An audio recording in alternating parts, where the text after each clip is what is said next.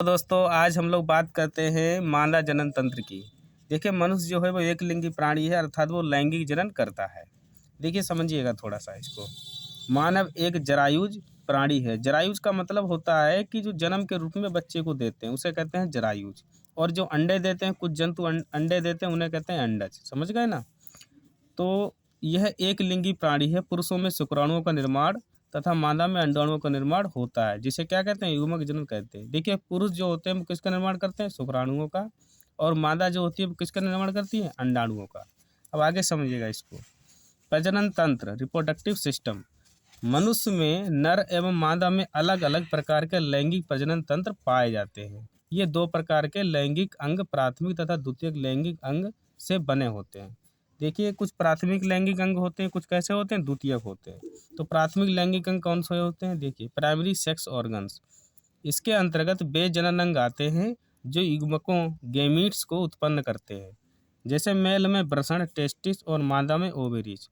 देखिए जो मेल होता है, मेल में वृषण होते हैं, टेस्टिस होते हैं, वो किसका निर्माण करते हैं, स्पर्म का, अर्थात शुक्राणुओं का। और जो मादा में ओवरी होती है वो किसका निर्माण करती है, अंडाणुओं का। आगे समझिएगा इसको। देखिए इन अंगों में क्रियाविधि का नियंत्रण पीयूष ग्रंथि। देखिए हमारा जो मस्तिष्क होता है, आपने पढ़ा होगा, इसको थोड़ा सा डिटेल में समझते हैं। देखिए जो मस्तिष्क होता है ना, तो मस्तिष्क में एक भाग होता है हाइपोथैलेमस। हाइपोथैलेमस, समझ गए। हाइपोथैलेमस में एक ग्रंथि लगी होती है जिसका नाम होता है पीयूष ग्रंथि। पीयूष ग्रंथि, इससे हार्मोन निकलते हैं एलएचएस, और एक होता है एफएसएच। ये हार्मोन क्या करते हैं, अंडाणुओं को निर्माण करने में सहायता करते हैं, ओवुलेशन में सहायता करते हैं। समझ गए ना। ये दो प्रकार के हार्मोन होते हैं, पीयूष ग्रंथि इसको रिलीज करती है और ये जनन क्रिया में बहुत सहायता करते हैं। चलिए आगे समझते हैं। नर के वृषण से स्रावित हार्मोन टेस्टोस्टेरोन नर के बाहरी लैंगिक लक्षणों तथा सहायक नर ग्रंथियों का निर्माण का कार्य करता है। इसी प्रकार से मादा के अंडाशय ओवरीज से निकलने वाले हार्मोन एस्ट्रोजन शरीर के बाहरी अंगों का विकास करता है। मतलब ये है कि नर में टेस्टिस पाए जाते हैं, वृषण पाए जाते हैं। जब उससे हार्मोन निकलता है टेस्टोस्टेरोन, तो शरीर का विकास होता है, जननांगों का निर्माण होता है, शरीर में परिवर्तन होता है, आवाज़ में भारीपन आता है। उसी प्रकार से फीमेल में भी हार्मोन निकलते हैं, वो शरीर में परिवर्तन करते हैं। चलिए आगे समझते हैं इसको। द्वितीयक लैंगिक अंग, सेकेंडरी सेक्स ऑर्गन। ये युग्मक उत्पन्न नहीं करते हैं किंतु जनन में बहुत अधिक मात्रा में हेल्प करते हैं। नर में द्वितीयक लैंगिक अंग। नर में कौन कौन से द्वितीयक लैंगिक अंग होते हैं, शुक्रवाहिनी, शुक्राशय, प्रोस्टेट ग्रंथि और सीसन। देखिए नर वाला जनन तंत्र होगा, उसको हम बाद में पढ़ाएंगे। पहले बात करते हैं मादा जनन तंत्र की। समझ गए ना। चलिए भाई समझते हैं मादा जनन तंत्र की। देखिए मादा जनन तंत्र का इस प्रकार को आपको ये लिखना है, उसके बाद ये डायग्राम बनाना है। तो ये जो लगे होते हैं, ये और एक इधर साइड में, ये इसको कहते हैं ओवरी।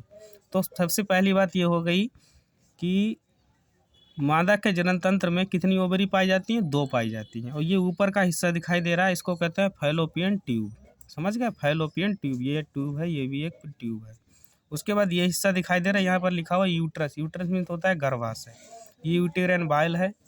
उसके बाद ये वाला हिस्सा यहाँ पर, इसको कहते हैं सर्विक्स। ये नीचे वाला हिस्सा वेजाइना होता है। देखिए यहाँ से ओव्यूलेशन होता है। ओव्यूलेशन का मतलब होता है मासिक चक्र।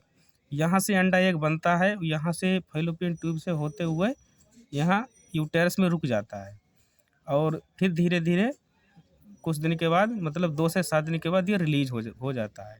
इसी को कहते हैं मेन्स्ट्रुअल साइकिल, अर्थात मासिक चक्र। उसके बाद ये 2 से 7 दिन चलेगा। 2 से 7 दिन के बाद ये रुक जाता है, वो निकल जाएगा। उसके बाद दूसरी वाली ओवरी से, दूसरे महीने में दूसरी वाली ओवरी से, मतलब 28 से 29 दिन के बाद दूसरी वाली ओवरी से अंडा रिलीज होगा। फैलोपियन ट्यूब से आएगा, यहाँ से आएगा, उसके बाद यहाँ पर रुकेगा और फिर निकल जाएगा। तो यहाँ से मतलब ब्लीडिंग भी होती रहती है, यहाँ से ब्लीडिंग भी होती रहती है।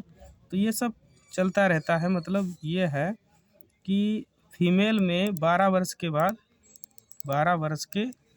बाद लगभग 45 वर्ष तक यह चलेगा। समझ गए। तो इसी को कहते हैं मासिक चक्र, मासिक धर्म भी बोलते हैं, महामारी कहते हैं। चलिए वह समझते हैं।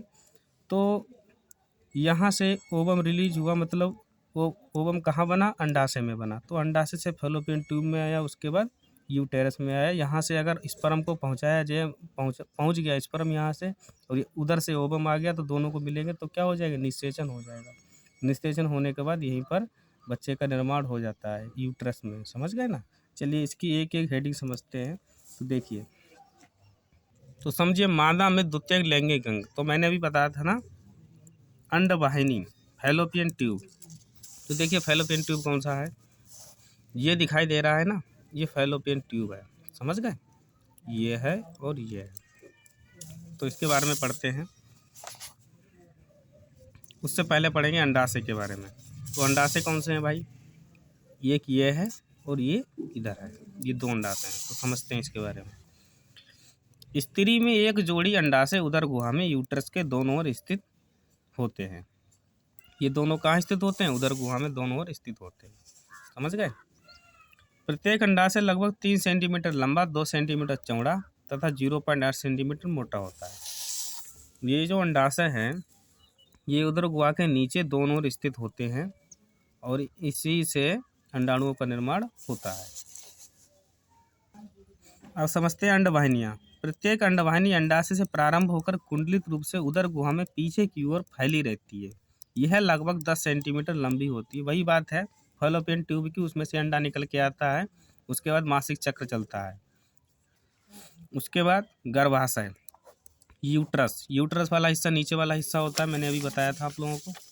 ये वाला हिस्सा है, ये कौन सा है, यूट्रस का है। समझ गए ना। तो यह है लगभग 7.5 सेंटीमीटर लंबा, 5 सेंटीमीटर चौड़ा तथा 3 सेंटीमीटर मोटा अकेला अंग है। इसके नीचे का हिस्सा वेजाइना होता है, इसी से इम्ब्रियो अर्थात भ्रूण का निर्माण होता है। अब उसके बाद बात करते हैं वेजाइना की। तो वेजाइना मतलब, वेजाइना जो है नीचे वाला भाग है, यहाँ से स्पर्म को भेजा जाता है। समझ गए। यह एक प्रकार की लंबी नली है, इसमें संकुचन होता है, इसी से मासिक चक्र का स्राव होता है और निषेचन के लिए इसी से मेल गैमीट को भेजा जाता है। तो ये हो गया मादा जनन तंत्र। इसको ज़रा बढ़िया से इसको बना लो आप लोग, ये लीजिए और इसकी आप लोग एक काम कीजिए, बढ़िया सा इसका स्क्रीनशॉट लीजिएगा। समझ गए ना। और उसके बाद इसको भी, इसका भी स्क्रीनशॉट ले लीजिएगा, ठीक है। और ये हो गया इसका डायग्राम। ये हो गया इसके अंडाशय, ये हो गया फैलोपियन ट्यूब, ये हो गया यूट्रस गर्भाशय, ये हो गया वेजाइना, इधर भी अंडाशय, क्योंकि एक फीमेल में 2 अंडाशय होते हैं। अगर यहाँ से अंडा निकला है तो दूसरे महीने में इससे निकलेगा, इससे नहीं निकलता है। समझ गए। उसके बाद फैलोपियन में ट्यूब में जाता हुआ यहाँ आता है। उसके बाद यहाँ से स्पर्म को भेजा जाता है, जिससे निषेचन हो जाता है। ये प्रक्रिया निरंतर चलती रहती है। तो ये हो गया जनन तंत्र, मादा जनन तंत्र के बारे में मैंने आपको डिटेल से बता दिया। इतना ही आपको लिखना है पेपर में, ठीक है। ओके, जय हिंद। और कुछ बताओ ना।